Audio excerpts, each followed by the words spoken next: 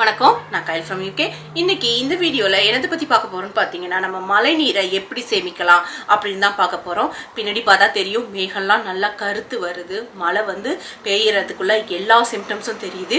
இப்படி தெரிஞ்சுன்னா நான் உடனே என்ன பண்ணுவேன்னு பார்த்தீங்கன்னா, என்கிட்ட வாட்டர் பட் இருக்குது, அதை நான் ஓப்பன் பண்ணி நான் மழை நீரெல்லாம் சேகரிக்க ஆரம்பிச்சிருவேன். என்கிட்ட ஒரு 2 வாட்டர் பட் இருக்குது. இப்போ ஒன்று லைட்டாக கிராக் ஆனதுனால இப்போ நான் ஒன்றை தான் பயன்படுத்துகிறேன். இங்கே பார்த்தீங்களா, இங்கே லண்டனில் தண்ணிக்கெல்லாம் பஞ்சமே கிடையாதுங்க. ஏன்னா இங்கே தேம்ஸ் ரிவர் இருக்குது, அவ்வளோ பெரிய ரிவர் இருக்குது. அது மட்டும் இல்லாமல் இந்த வாட்டர் ரீசைக்ளிங் சிஸ்டமும் இங்கே ரொம்பவே நல்லாயிருக்கும். அதாவது சாக்கடை தண்ணியிலேருந்து மழை நீர்லேருந்து எல்லாத்தையும் அவங்க ரீசைக்கிள் பண்ணி நமக்கு குடிக்கிறதுக்கும் நம்ம பாத்ரூம் அந்த ஃபெசிலிட்டிஸ்க்காக யூஸ் பண்ணுறதுக்கும் இங்கே தண்ணி நமக்கு எப்போவுமே கிடச்சிட்டு இருக்கும். ஆனால் நம்ம ஊரில் மழைக்காங்க பஞ்சம், அவ்வளோ மழை பெய்யுது, அவ்வளோ நிறைய தண்ணி இருக்குது. ஆனால் அது முறையான மழைநீர் சேமிக்கிறதுக்கு ஒரு இடம் இல்லாததுனாலையும் ஒவ்வொரு வீட்லையும் அந்த மழை நீரை சேமிச்சு வைக்கிற அந்த ஹார்வெஸ்ட் பண்ற மெத்தடை ஒழுங்கா பயன்படுத்தாதனாலும் எல்லா தண்ணியும் கடலுக்கும் சாக்கடைக்கும் தான் போகுது. இதே முறையா நம்ம அந்த மழை நீரை சேகரிச்சோம்னா நிறைய விஷயத்துக்கு பயன்படுத்தலாம். இங்க யூகேவை பொறுத்த வரைக்கும் நிலத்தடி நீரை யாரும் எடுத்து பயன்படுத்துறது கிடையாது. பெய்கிற மழையவே ரீசைக்கிள் பண்ணி அதுலேருந்து உள்ளதை தான் நம்ம எல்லா தேவைகளுக்கும் பயன்படுத்துறோம். ஏன் நம்ம நாட்டில் நம்ம பயன்படுத்தக்கூடாது? நான் மட்டும் இல்லை, என்னோட நெய்பரும் பார்த்தீங்கன்னா அவங்களும் வாட்டர் பட் வச்சிருப்பாங்க. நான் கார்டனிங் பண்ண ஆரம்பித்த உடனேயே எனக்கு நிறைய தண்ணி தேவைப்பட்டுச்சு.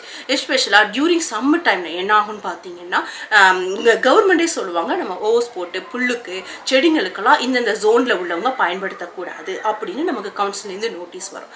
அந்த டைமில் நம்ம இந்த மாதிரி ஒரு மழைநீரை நம்ம சேகரித்து வைக்கும் பொழுது என்ன நடக்கும்னு பார்த்தீங்கன்னா, அதை நம்மளுடைய வெஜிடபிள்ஸ்க்கு, காய்கறிக்கு எல்லாத்துக்குமே நம்ம பயன்படுத்தலாம். ஒரு ரீசெண்டாக ஒரு டாக்குமெண்ட்ரி பார்த்தேங்க. நான் அதை சர்ச் பண்ணி பார்க்குறேன். எனக்கு அந்த ஐயாவோட பேர் கண்டுபிடிக்க முடியல. அவங்க அவ்வளோ சூப்பராக அவங்க வீட்டுக்கு தேவையான மழை நீரை சேமித்து வச்சு அவ்வளோ அழகாக பயன்படுத்துகிறாங்க. அதாவது அவங்க சென்னையில் இருந்தாலும் அவங்களுக்கு தண்ணி பஞ்சமே வராதான். அந்த அளவுக்கு அவங்க அந்த வாட்டர் ரீசைக்ளிங் மெத்தடை யூஸ் பண்ணி அவங்க பயன்படுத்துகிறாங்க.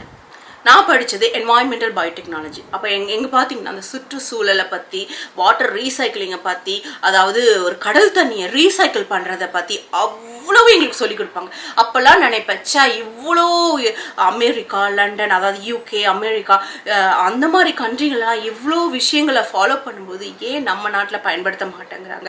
நாங்களாம் காவிரி டெல்டா பகுதியை சேர்ந்தவங்க. நாங்கள் மழையையும் காவிரி ஆற்று தண்ணீரும் தான் நாங்கள் எப்போவுமே நம்பியிருப்போம். ஒரு சில நேரத்தில் எங்களுக்கு நிறைய வாட்டர் வரும். சில சமயம் அந்த வாட்டரே இல்லாமல் நிலம் எல்லாமே காஞ்சி போகும்.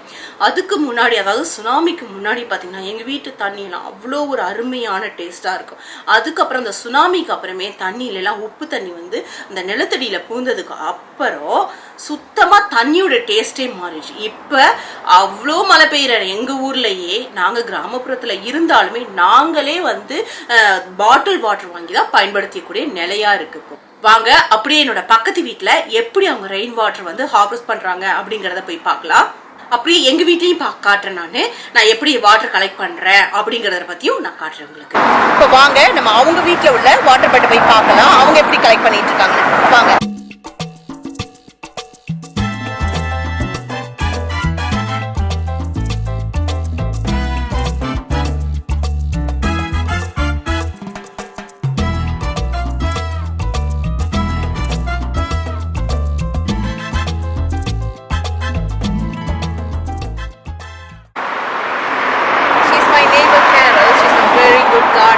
Very soon we're going to see her garden as well, and today we're going to see her water bed. She's also harvesting water from rainwater.